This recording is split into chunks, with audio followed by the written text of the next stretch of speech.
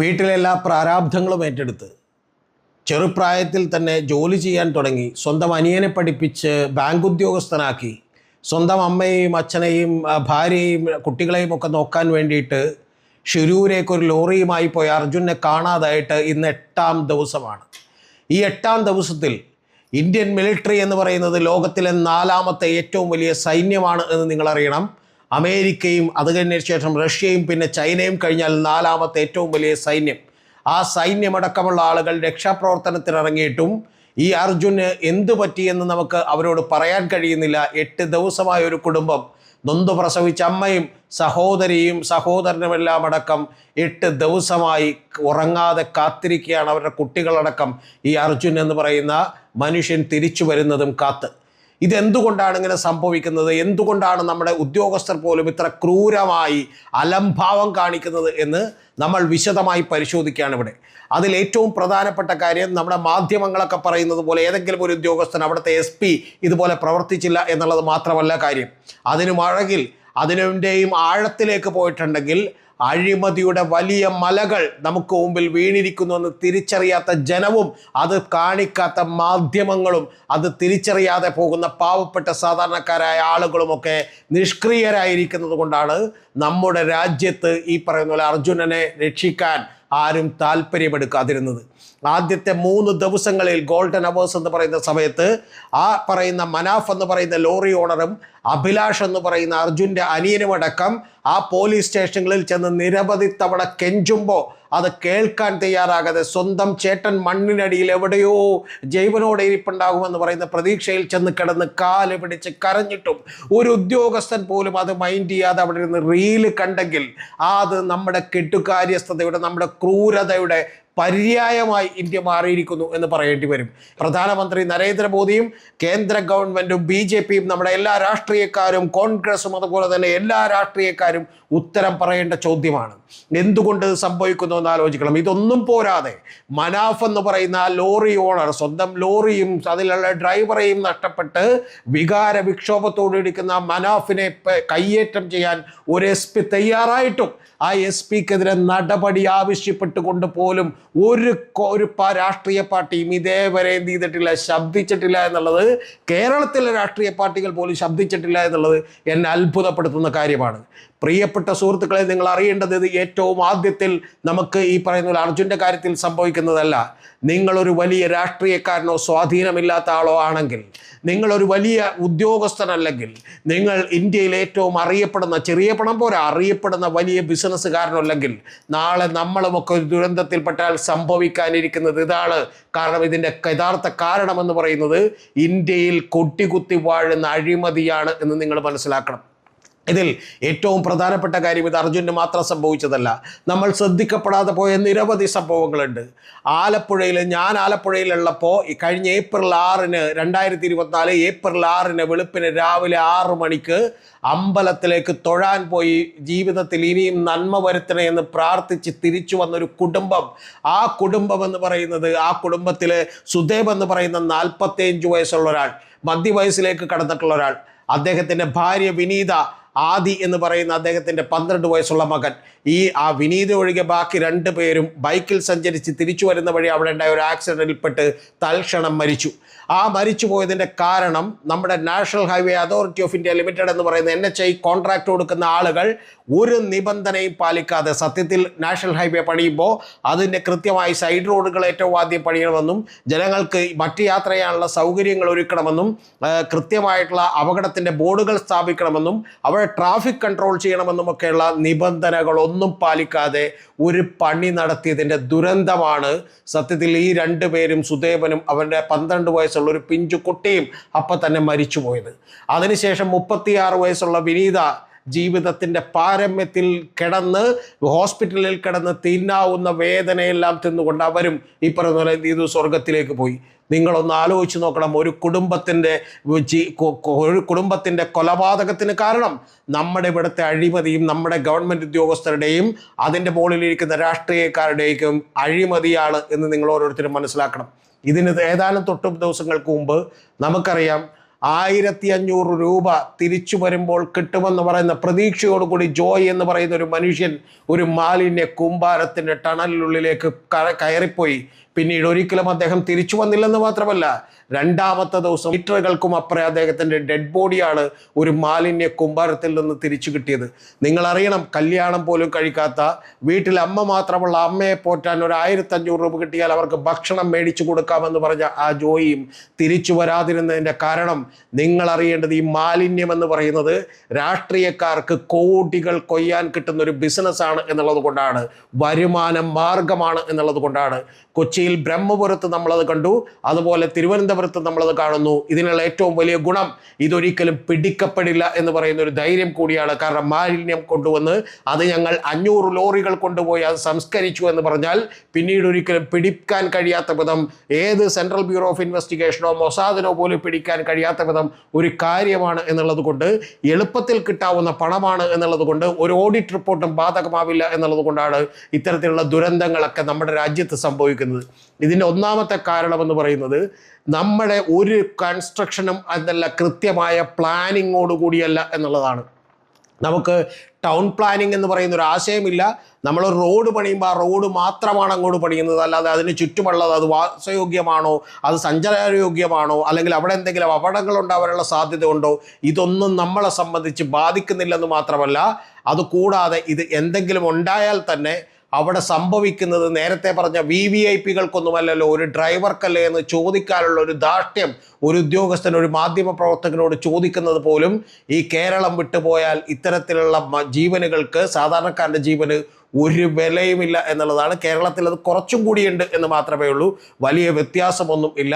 ഇതിൻ്റെ എല്ലാറ്റിൻ്റെയും കാരണം അഴിമതിയാണ്. അതുകൊണ്ടാണ് അവിടെ ഏറ്റവും ആദ്യം ഈ റെസ്ക്യൂ ഓപ്പറേഷൻ NDRF വരുമ്പോൾ അവർ വന്നത് 2 അടി മാത്രം താഴ്ചയുള്ള മെറ്റൽ പീസുകൾ കണ്ടെത്താൻ കഴിയുന്ന ഒരു GPR-ഉമായിട്ടാണ്, ഗ്രൗണ്ട് പെനട്രേറ്റിംഗ് റഡാറുമായിട്ടാണ്. കാരണം അവർക്കറിയാം ഇതൊക്കെ ചെയ്താൽ മതി എന്നുള്ളൊരു തോന്നലുള്ളത് കൊണ്ടാണ്.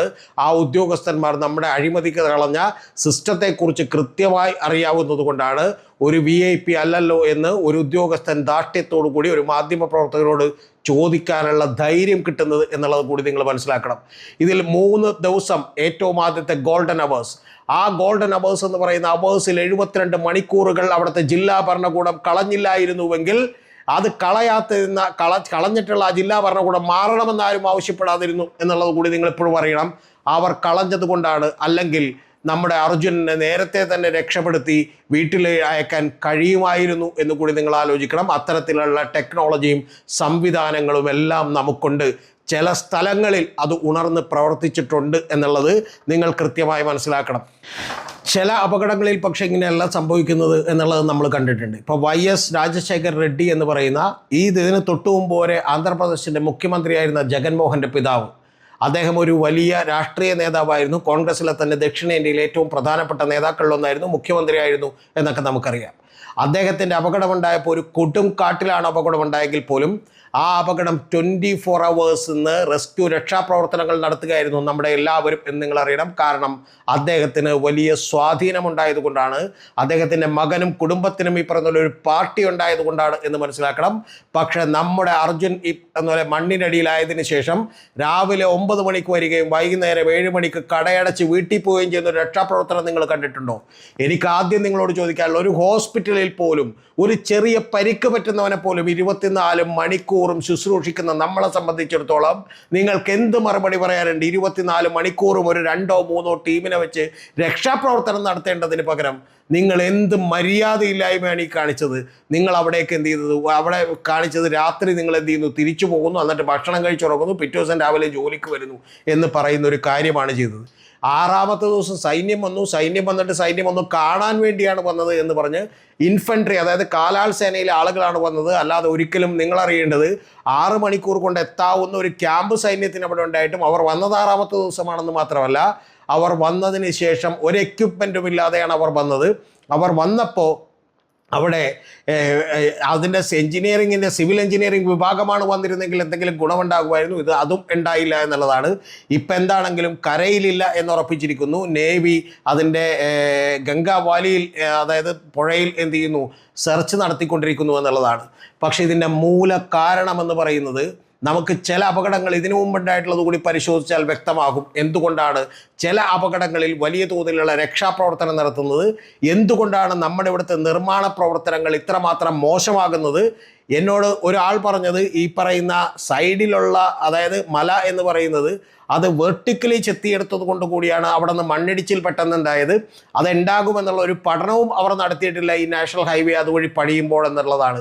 ഇത്തരത്തിലുള്ള നിർമ്മാണ പ്രവർത്തനങ്ങൾ ഉണ്ടാകുന്നത് എന്തുകൊണ്ടാണെന്ന് കൂടി നമ്മൾ ഈ വീഡിയോയിൽ വിശദമായി ചർച്ച ചെയ്യുന്നു. കാരണം മാധ്യമങ്ങൾ കാണിക്കുന്നതിനും പുറകിൽ വലിയ കാരണങ്ങളുണ്ടെന്നും ആ കാരണങ്ങൾ കേട്ടാണ് നമ്മൾ ആദ്യം ഞെട്ടേണ്ടതെന്നും അങ്ങനെ ഞെട്ടിയാൽ മാത്രമേ നാളെ നിങ്ങളോ ഞാനോ ഒക്കെ പോലെയുള്ള സാധാരണക്കാരായ ആളുകൾ ഇതുപോലെയുള്ള ദുരന്തങ്ങളിൽ എങ്ങാനും പെട്ടുപോയാൽ രക്ഷിക്കാൻ ഒരു ഗവൺമെൻറ് ഉണ്ടാകണമെങ്കിൽ നമുക്ക് ആദ്യം ഇത്തരത്തിലുള്ള ബോധ്യങ്ങൾ ഉണ്ടാവണം എന്ന് നിങ്ങൾ മനസ്സിലാക്കണം.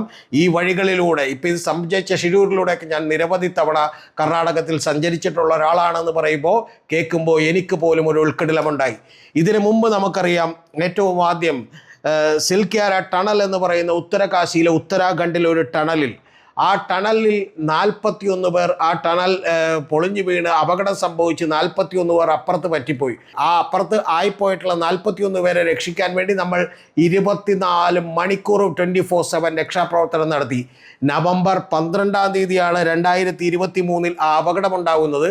16 ദിവസത്തോളം അവർക്ക് ഭക്ഷണം കൊടുക്കുകയും വെള്ളം കൊടുക്കുകയും എല്ലാ സൗകര്യങ്ങളും ഏർപ്പെടുത്തി കൊടുക്കുകയും ചെയ്തതിന് ശേഷം 16 ദിവസത്തിന് ശേഷം നമ്മൾ അറിയേണ്ടത് നവംബർ 18-ന് ഒരാളെപ്പോലും വിട്ടുകൊടുക്കാതെ നമ്മുടെ ഈ രക്ഷാസേന അവരെ കൃത്യമായി രക്ഷിച്ചെടുത്തു എന്ന് നിങ്ങൾ അറിയണം. അതിൻ്റെ പിന്നിൽ മറ്റൊരു കാര്യം കൂടിയുണ്ട്.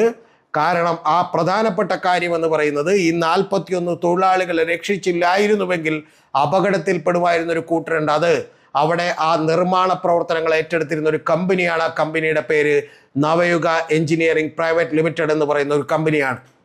അതായത് ഹൈദരാബാദിലെ ആന്ധ്രാപ്രദേശിലുള്ള ആ കമ്പനി എന്ന് പറയുന്നത്, ഹൈദരാബാദുള്ള കമ്പനി എന്ന് പറയുന്നത്, തെലങ്കാനയും ആന്ധ്രാപ്രദേശിൻ്റെയൊക്കെ തലസ്ഥാനമായിട്ടുള്ള ഹൈദരാബാദുള്ള ആ കമ്പനി എന്ന് പറയുന്നത് ഇന്ത്യയിലെ ഏറ്റവും പ്രധാനപ്പെട്ട ഒരു കമ്പനിയാണ് എന്ന് നമ്മൾ മനസ്സിലാക്കണം. സത്യത്തിൽ അവരുടെ തൊഴിലാളികൾക്ക് എന്തെങ്കിലും പറ്റിയിരുന്നുവെങ്കിൽ വലിയ നഷ്ടപരിഹാരം പോലും അവരുടെ കയ്യിൽ നിന്ന് കൊടുക്കേണ്ടി വന്നാനെ, പ്രൊജക്റ്റിന് പോലും വലിയ പ്രശ്നമായി മാറിയേനെ. അതുകൊണ്ട് കൂടിയാകാം തീർച്ചയായും നമ്മുടെ രക്ഷാപ്രവർത്തകരും നമ്മുടെ ഗവൺമെൻറ്റും ഒക്കെ വളരെയധികം ഉണർന്ന് പ്രവർത്തിക്കുകയും അതിലൊരാളെ പോലും വിട്ടുകൊടുക്കാതെ ആ രക്ഷാ ദൗത്യം വിജയിക്കുകയും ചെയ്തത്. ഈ കമ്പനിയെക്കുറിച്ച് നിങ്ങൾ അറിയേണ്ടതാണ്. ഇവരെ എത്രത്തോളം നമ്മുടെ രാഷ്ട്രീയക്കാരുടെയും ഉദ്യോഗസ്ഥരുടെയും ഒക്കെ സുഹൃത്താണ് ഈ കമ്പനി എന്ന് നിങ്ങൾ അറിയണം. അതിൽ രാഷ്ട്രീയക്കാരെ നമുക്കിപ്പോൾ തൽക്കാലം എടുക്കാം.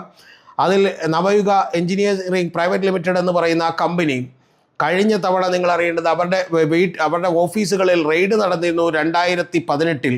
ആ 2018-ൽ അവിടെ റെയ്ഡ് നടന്നതിന് ശേഷം ഏതാണ്ട് 6 മാസത്തിന് ശേഷം അവർ 30 കോടി രൂപയുടെ ഇലക്ട്രൽ ബോണ്ട് എടുത്ത് കൊടുത്തു. ആർക്കെന്ന് നിങ്ങൾക്കറിയണ്ടേ? നമ്മുടെ രാഷ്ട്രം ഭരിക്കുന്ന BJP എന്ന് പറയുന്ന മഹത്തായ പാർട്ടിക്ക് അവർ കൊടുത്തു.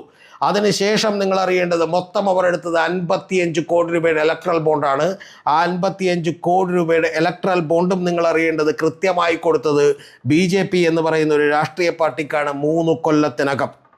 ഇതേ ആളുകൾ തന്നെയാണ് വിജയവാഡയിലെ ബൈപ്പാസ് എന്ന് പറയുന്ന ഒരു പ്രൊജക്റ്റ്, അതിൻ്റെ പേര് VBPPL എന്നാണ്. ആ പ്രൊജക്റ്റ് എന്ന് പറയുന്നത് അദാനി എൻ്റർപ്രൈസസുമായി കൊളാബറേഷൻ ഇവർ ഏറ്റെടുത്തിട്ടുള്ള ഒരു പ്രൊജക്റ്റാണ്. അതായത് നവയുഗ എഞ്ചിനീയറിംഗ് പ്രൈവറ്റ് ലിമിറ്റഡ് എന്ന് പറയുന്ന കമ്പനി, ആ കമ്പനി ഏറ്റെടുത്തിട്ടുള്ള ഒരു പ്രൊജക്റ്റ്. 74% അദാനി എൻ്റർപ്രൈസസിനും 24% ഈ പറയുന്ന നവയുഗക്കുമുള്ള പ്രൊജക്റ്റാണെന്നറിയുമ്പോൾ നമ്മളെ രാഷ്ട്രീയക്കാരുമായിട്ടൊക്കെ അവർ എത്രത്തോളം സഖ്യത്തിലാണ് എന്ന് നമ്മൾ തിരിച്ചറിയണം. ഇനി മറ്റൊരു കമ്പനിയുടെ പേര് നിങ്ങളോട് പറയാം. അതിൻ്റെ പേര് രഞ്ജിത്ത് ബിൽകോൺ എന്ന് പറയുന്ന ഒരു കമ്പനിയാണ്. അവർ ഗുജറാത്തിലാണ് മേജറായിട്ട് വർക്കുകൾ നടത്തുന്നത്. അവർ അഹമ്മദാബാദിലെ ഫ്ലൈ ഓവർ തകർന്നു വീഴുന്നത് അവരുടെ പണി നടത്തിക്കൊണ്ടിരിക്കുമ്പോഴാണ്. ആ വഡോദരയിലും രാജ്കോട്ടിലുമൊക്കെ അടക്കം പ്രൊജക്റ്റുകളുള്ള ആ വലിയ കമ്പനി കഴിഞ്ഞ തവണ ഇലക്ട്രൽ ബോണ്ട് എന്ന് പറയുന്ന ബോണ്ടിലൂടെ 9 കോടി രൂപ ഇലക്ട്രൽ ബോണ്ടായി നമ്മുടെ രാഷ്ട്രീയക്കാർക്ക് കൊടുത്തു. ആർക്കാണ് കൊടുത്തത് എന്ന് ഞാൻ പ്രത്യേകം പറയണ്ടല്ലോ, അതും BJPക്ക് തന്നെ. ഇത്തരത്തിൽ നമ്മുടെ നിർമ്മാണ പ്രവർത്തനങ്ങൾ എങ്ങനെ നടത്തിയാലും കുഴപ്പമില്ല, ഞങ്ങൾക്ക് പണം കിട്ടിയാൽ മതി എന്ന് ചിന്തിക്കുന്ന ഒരു രാഷ്ട്രീയക്കാരിവിടെ ഉള്ളത് കൊണ്ടാണ് നമ്മുടെ റോഡുകളും പാലങ്ങളും അതുപോലെ മാലിന്യം കൂമ്പാരമാകുന്നതും അപകടങ്ങൾ പതിയിരിക്കുന്നതും എന്ന് നിങ്ങൾ ഓരോരുത്തരും തിരിച്ചറിയണം. ഇനി മറ്റൊരു കമ്പനിയുടെ പേര് പറയാം. അത് പൂനെ ബേസ്ഡ് ആയിട്ടുള്ള ഒരു കമ്പനിയാണ്. BG ഷിർക്കെ പ്രൈവറ്റ് ലിമിറ്റഡ് എന്ന് പറയുന്ന കൺസ്ട്രക്ഷൻ പ്രൈവറ്റ് ലിമിറ്റഡ് എന്ന് പറയുന്ന ഒരു കമ്പനി. ആ കമ്പനിയുടെ ഒരു ഹൗസിംഗ് പ്രോജക്റ്റിൽ 2022 ഒരു എലവേറ്റർ തകർന്നു വീണ് 4 പേർ മരിച്ചുപോയി. 4 പേർ, 4 സാധാരണ പാവപ്പെട്ട തൊഴിലാളികൾ മരിച്ചുപോയി. ആ മരിച്ചു പോയതിനു ശേഷം 2022 അവർക്കെതിരെ FIR ഇട്ടു ഈ പറയുന്ന BG ഷിർക്കെ കൺസ്ട്രക്ഷൻ പ്രൈവറ്റ് ലിമിറ്റഡിനെതിരെ. പക്ഷെ ഒരു നടപടിയും എടുത്തില്ലെന്ന് മാത്രമല്ല, അവർ അതിനുശേഷം 2023 ആയപ്പോഴേക്കും അവർ 118 കോടി രൂപ അവർ എന്ത് ചെയ്തു, ഇലക്ട്രൽ ബോണ്ട് വാങ്ങി നമ്മുടെ രാഷ്ട്രീയക്കാർക്ക് സംഭാവനയായി കൊടുത്തു. അതിൽ 85 കോടി രൂപ കൊടുത്തത് ശിവസേനക്കാണ്, 30 കോടി രൂപ കൊടുത്തത് BJPക്കാണ്. അതുപോലെ മറ്റു പലർക്കും അവർ കൈയച്ച് സംഭാവന കൊടുത്തു ഇലക്ട്രൽ ബോണ്ട് വഴിയല്ലാതെ. അങ്ങനെ 118 കോടി രൂപ കിട്ടിയപ്പോൾ എല്ലാം ശുഭം, അവർക്കെതിരെ ഒരു നടപടിയുമില്ല. ഇത് 2022 സംഭവിച്ചതാണ് ഈ BG ഷിർക്കെ പ്രൈവറ്റ് ലിമിറ്റഡ് എന്ന് പറഞ്ഞ കമ്പനിക്കെങ്കിൽ അതിന് 4 കൊല്ലം മുമ്പ് അവരുടെ തന്നെ ഒരു ടവർ ക്രെയിൻ തകർന്നു വീണ് 2018 അവർ പണിതുകൊണ്ടിരിക്കുന്ന ഹൗസിംഗ് പ്രൊജക്റ്റിൻ്റെ സ്ഥലത്ത് തന്നെ വീണ്ടും ഒരു 4 മരണം കൂടിയുണ്ടായി. ഡെത്ത് ബൈ നെഗ്ലിജൻസ്, അതായത് അനാസ്ഥയുടെ പറഞ്ഞ പോലെ അനാസ്ഥ കൊണ്ടുണ്ടായ മരണം എന്ന് പറഞ്ഞ് FIR ഇട്ടെങ്കിലും ഇതിന്മേലൊന്നും പിന്നീട് ഒരു നടപടിയും ഉണ്ടായില്ല എന്ന് നിങ്ങൾ മനസ്സിലാക്കണം. ഇങ്ങനെയുള്ള കമ്പനികൾക്കാണ് ഇന്ത്യയിലെ പ്രമുഖമായിട്ടുള്ള എല്ലാ പ്രൊജക്റ്റുകളും കിട്ടുന്നത്. നമ്മുടെ ഇലക്ട്രൽ ബോണ്ട് വഴി ഏറ്റവും കൂടുതൽ സംഭാവന ചെയ്തിട്ടുള്ള 2ാമത്തെ കമ്പനി അതൊരു കൺസ്ട്രക്ഷൻ കമ്പനിയാണ്. അതിൻ്റെ പേര് മേഘ എഞ്ചിനീയറിംഗ് ഇൻഫ്രാസ്ട്രക്ചർ ലിമിറ്റഡ് എന്ന് പറയുന്ന ഒരു കമ്പനിയാണ്. ആ കമ്പനി എന്ന് പറയുന്നത് 966 കോടി രൂപ, നിങ്ങൾ അറിയേണ്ടത് ഏതാണ്ട് 1000 കോടിക്കടുത്താണ് നമ്മുടെ രാഷ്ട്രീയക്കാർക്ക് സംഭാവനയായി കൊടുത്തത് എന്ന് നിങ്ങൾ അറിയണം. 966 കോടി രൂപ. അവരുടെ അസോസിയേറ്റഡ് കമ്പനീസ് ഉണ്ട്, അതായത് വെസ്റ്റേൺ UP പവർ ട്രാൻസ്മിഷൻ എന്ന് പറയുന്ന ഒരു കമ്പനി, ആ കമ്പനി കൊടുത്തത് 220 കോടി രൂപയാണ്. SCPC എന്ന് പറയുന്ന പവർ എന്ന് പറയുന്ന ഒരു കമ്പനി, അവർ കൊടുത്തത് 40 കോടി രൂപയാണ്. AV ട്രാൻസ് പ്രൈവറ്റ് ലിമിറ്റഡ് എന്ന് പറയുന്ന കമ്പനി കൊടുത്തത് 6 കോടി രൂപയാണ്. ഇങ്ങനെ മേഘ എഞ്ചിനീയറിംഗ് ഇൻഫ്രാസ്ട്രക്ചർ ലിമിറ്റഡ് എന്ന് പറയുന്ന കമ്പനിയും അതിൻ്റെ അസോസിയേറ്റഡ് കമ്പനീസ് ആയിട്ടുള്ള മറ്റ് 3 കമ്പനികളും കൂടി നമ്മുടെ രാഷ്ട്രീയ പാർട്ടികൾക്ക് സംഭാവന കൊടുത്തത് 1200 കോടി രൂപയാണ് എന്ന് നിങ്ങൾ മനസ്സിലാക്കണം. നേരത്തെ BG ഷിർക്കെ 118 കോടി രൂപ കൊടുത്തു, അവർ 8 പേരെ കൊന്നെങ്കിൽ നിങ്ങളൊന്ന് ആലോചിച്ച് നോക്കണം. അവരുടെ അനാസ്ഥ കൊണ്ട് 8 പേർ കൊല്ലപ്പെട്ടെങ്കിൽ ഇവിടെ 1200 കോടി രൂപ കൊടുക്കുന്നവൻ്റെ ഇൻഫ്ലുവൻസ് എന്തായിരിക്കും എന്ന് നിങ്ങളൊന്ന് ആലോചിക്കുന്നത് നല്ലതായിരിക്കും. ഇതേ കമ്പനിക്കാണ് സോജില ടണൽ എന്ന് പറയുന്ന ശ്രീനഗറിലും ലേയും തമ്മിൽ കണക്ട് ചെയ്യുന്ന 4500 കോടി രൂപയുടെ പ്രൊജക്റ്റ് അവർ ഏറ്റെടുത്തിട്ടുള്ളത്. ഇതുപോലെ തന്നെ മറ്റൊരു പ്രൊജക്റ്റ് അവർ ഏറ്റെടുത്തിട്ടുണ്ട്. അതായത് ബോംബെയിലുള്ള കൺസ്ട്രക്ഷൻ ഓഫ് ബുള്ളറ്റ് ട്രെയിനിൻ്റെ സ്റ്റേഷൻ അവരാണ് പണിയേറ്റെടുത്തിട്ടുള്ളത്. 3681 കോടി രൂപയാണ്. താനെ ബോറവലി പ്രൊജക്റ്റ് എന്ന് പറയുന്ന ആ പ്രൊജക്റ്റ് അവർ ഏറ്റെടുത്തിട്ടുണ്ട്. അത് 14500 കോടി രൂപയുടേതാണ്. ആ 14500 കോടി രൂപയുടെ പ്രൊജക്റ്റ് അവർക്ക് കൊടുക്കുന്നതിന് ഏതാനും ആഴ്ചകൾക്ക് മുമ്പ്, മാസങ്ങൾക്ക് മുമ്പ് അവർ 140 കോടി രൂപയുടെ ഇലക്ട്രൽ ബോണ്ട് എടുത്ത് ഇതേപോലെ തന്നെ രാഷ്ട്രീയ പാർട്ടികൾക്ക് സംഭാവന കൊടുത്തു, പ്രത്യേകിച്ച് BJPക്ക് എന്ന് നിങ്ങൾ മനസ്സിലാക്കണം. ഇതുപോലെ നിരവധി കമ്പനികൾ, MEIL എന്ന് പറയുന്ന ഈ കമ്പനി മാത്രം BJPക്ക് കൊടുത്തത് 584 കോടി രൂപയാണ്. 584 കോടി രൂപ. അവർ ഭാരത് രാഷ്ട്രസമിതി എന്ന് പറയുന്ന ഇപ്പോൾ ഏതാണ്ട് മരിക്കാറായ അവസ്ഥയിലെത്തിയിട്ടുള്ള തെലങ്കാന രാഷ്ട്രസമിതി എന്ന് പറയുന്ന പാർട്ടിക്ക്, ചന്ദ്രശേഖർ റാവുവിൻ്റെ പാർട്ടിക്ക്, തെലങ്കാനയിലെ ഹൈദരാബാദ് ഭരിച്ചുകൊണ്ടിരുന്ന പാർട്ടിക്ക് കൊടുത്തത് 195 കോടി രൂപയാണെന്ന് നിങ്ങളറിയണം. ഇതുപോലെ അവർ തന്നെ ഇന്ത്യൻ നാഷണൽ കോൺഗ്രസ്സിന് കൊടുത്തത്, വേദാന്ത എന്ന് പറയുന്ന ഒരു കമ്പനി കൊടുത്തത്, മറ്റൊരു കൊള്ളക്കാർ കൊടുത്തത് 125 കോടി രൂപയാണ്.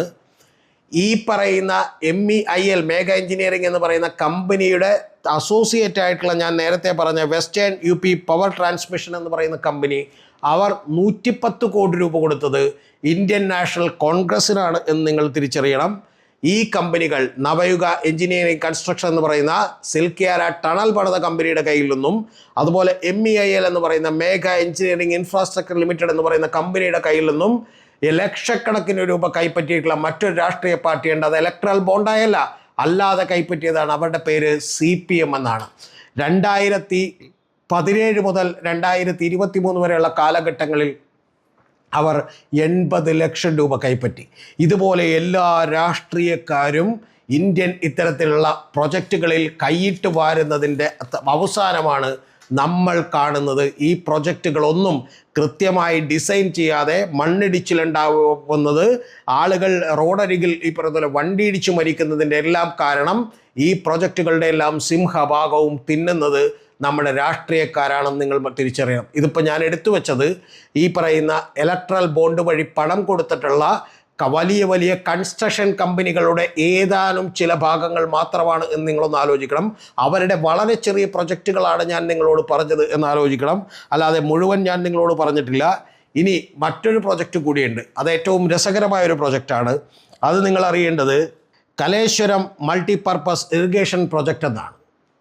അതിൻ്റെ ഏറ്റവും ആദ്യത്തെ ആക്ച്വൽ പ്രൊജക്റ്റ് കോസ്റ്റ് എന്ന് പറയുന്നത് 81,911.01 കോടി രൂപയാണ്. എന്ന് പറഞ്ഞാൽ നിങ്ങൾ അറിയേണ്ടത് 810 ബില്യൺ ആണ്. എന്ന് പറഞ്ഞാൽ ഒരു വലിയ പ്രൊജക്റ്റാണ് എന്ന് ചുരുക്കം. അതിൽ നിന്ന് എത്ര ഇവർ അടിച്ചു മാറ്റും എന്നുള്ളത് നിങ്ങൾക്ക് ഊഹിക്കാനാവുന്നുണ്ടോ? എന്നാൽ ഞാൻ മറ്റൊരു കണക്ക് കൂടി പറയാം. ഈ ആക്ച്വൽ പ്രൊജക്റ്റിൻ്റെ കോസ്റ്റ് ഇതായിരുന്നുവെങ്കിൽ ഈ പ്രൊജക്റ്റ് വീണ്ടും നമ്മുടെ ഗവൺമെൻറ്റുകൾ അത് റിവൈസ് ചെയ്തു. അത് തെലങ്കാനയിൽ ഇരുന്നിട്ടുള്ള ഏറ്റവും പ്രധാനപ്പെട്ടിട്ടുള്ള ആ പ്രൊജക്റ്റ് എന്ത് ചെയ്തു, അവർ റിവൈസ് ചെയ്തു കൊടുത്തു. ആ റിവൈസ് ചെയ്ത പ്രൊജക്റ്റ് എന്ന് പറയുന്നത് 1,47,427 കോടി രൂപയാക്കി കൊടുത്തു ആ പ്രൊജക്റ്റ് എന്ന് പറയുന്നത്. എന്ന് പറഞ്ഞാൽ നേരത്തെ 81,000 കോടി ഉണ്ടായത് 1,47,000 കോടി, അതായത് 810 ബില്യൺ ഉണ്ടായതിനെ 14.7 ട്രില്യൺ എന്ന് പറയുന്ന ഒരു എമൗണ്ടിലേക്ക് ആക്കി കൊടുത്തത് നമ്മുടെ രാഷ്ട്രീയക്കാർക്കാണ്. ഗുണമുണ്ടാവുന്നത് ആർക്കാണ് എന്ന് ഞാൻ പറയേണ്ടതില്ലല്ലോ പ്രത്യേകിച്ച്. ഇനി മറ്റൊരു കാര്യം കൂടി, ഇതേ അവിടുത്തെ ഓഡിറ്റ് റിപ്പോർട്ട്, അതായത് അക്കൗണ്ട്സ് ജനറൽ റിപ്പോർട്ടിൽ പറയുന്നൊരു കാര്യം, മേഘ എഞ്ചിനീയറിംഗ് ഇൻഫ്രാസ്ട്രക്ചർ ലിമിറ്റഡ് എന്ന് പറയുന്ന ഒരൊറ്റ ആ ലിമിറ്റഡിന് മാത്രം, ആ കമ്പനിക്ക് മാത്രം 5,188 കോടി രൂപയുടെ അൺഡ്യൂ ആയിട്ടുള്ള അർഹിക്കാത്ത രീതിയിലുള്ള പണം ഗവൺമെൻറ്റിൽ നിന്ന്, എക്സ്ചക്കറിൽ നിന്ന്, ഖജനാവിൽ നിന്ന് കൊടുത്തു എന്നാണ്. മറ്റൊരു റിപ്പോർട്ടിൽ, അതേ റിപ്പോർട്ടിൽ തന്നെ പറയുന്നൊരു കാര്യം, നവയുഗ എഞ്ചിനീയറിംഗ് കമ്പനി എന്ന് പറയുന്ന കമ്പനിക്ക് 7,500 രൂപ അങ്ങനെ കൊടുത്തുവെന്നാണ്. എന്ന് പറഞ്ഞാൽ പാവപ്പെട്ട നമ്മുടെ തന്നെ പണം ഈ പറയുന്ന പോലെ കൊള്ളയടിച്ചു കൊണ്ടിരിക്കുന്ന രാഷ്ട്രീയക്കാരും, എല്ലാ രാഷ്ട്രീയക്കാരും അതിൽപ്പെടുന്നു. ആ രാഷ്ട്രീയക്കാരും അവരുടെയൊക്കെ തന്നെ സിൽബന്ദികളായിട്ടുള്ള ചെറിയ ചില ഉദ്യോഗസ്ഥന്മാരും അടങ്ങുന്ന ഒരു രാജ്യമാണ് ഇന്ത്യ ഭരിക്കുന്നത്. അതുകൊണ്ട് അവർ അർജുനു വേണ്ടി ഏറ്റവും ആദ്യമേ തന്നെ മുന്നിട്ടിറങ്ങും എന്ന് നമുക്ക് വിചാരിക്കുക വയ്യ എന്നുള്ളതാണ് എനിക്ക് പറയാനുള്ളത്. ഇതിൻ്റെ ഏറ്റവും പ്രധാനപ്പെട്ട കാര്യമുള്ളത്, ഇത്തരത്തിൽ നടക്കുന്ന വൻ അഴിമതികൾ കൊണ്ടാണ് നമ്മുടെ റോഡുകളും പാലങ്ങളും ബാക്കിയുള്ള ഒരു കാര്യവും കൃത്യമായി പണിയാത്തത് എന്ന് കൂടി നിങ്ങൾ ആലോചിക്കണം. നേരത്തെ ഞാൻ പറഞ്ഞ രഞ്ജിത്ത് ബിൽകോൺ എന്ന് പറഞ്ഞ ഗുജറാത്തിൽ നിരവധി വർക്കുകൾ നടത്തുന്ന കമ്പനി, ആ കമ്പനിയെക്കുറിച്ച് ആക്ഷേപങ്ങളുണ്ടായപ്പോൾ ഒരു പരിശോധന നടത്തിയപ്പോൾ ആ കമ്പനി ഒട്ടും ക്വാളിറ്റി ഇല്ലാത്ത സിമൻറ്റും അതുപോലെ തന്നെ അവരുടെ കൺസ്ട്രക്ഷൻ ഒട്ടും ക്വാളിറ്റി ഇല്ലാത്തതാണെന്ന് കണ്ടെത്തിയിട്ടും ഇലക്ട്രൽ ബോണ്ടുകളുടെയും രാഷ്ട്രീയക്കാർക്ക് കൊടുക്കുന്ന കിമ്പളത്തിൻ്റെയും ഒക്കെ ലീഗലൈസ്ഡ് പേരായിട്ടുള്ള ഇലക്ട്രൽ ബോണ്ടിൻ്റെയൊക്കെ പിൻബലത്തിൽ അവരുടെ സസുഖം വാഴുന്നത് കൊണ്ടാണ് നമ്മുടെ നാട്ടിൽ അർജുനന്മാരും ജോയിമാരും അതുപോലെ തന്നെ സുദേവന്മാരും ഒക്കെ ഉണ്ടായിക്കൊണ്ടിരിക്കുന്നത്. അടുത്തതൊരു പക്ഷേ നിങ്ങളോ ഞാനോ ആയേക്കാം, നമ്മൾ ഈ സത്യം തിരിച്ചറിഞ്ഞില്ലെങ്കിൽ. അല്ലാതെ തൊലിപ്പുറമേയുള്ള ഓയിൽമെൻറ്റുകളല്ല ഇതിന് പുരട്ടേണ്ടത്. ഇതിന് ഒരു വലിയ തരത്തിലുള്ള സർജറി ആവശ്യമാണ് ഇന്ത്യയിൽ.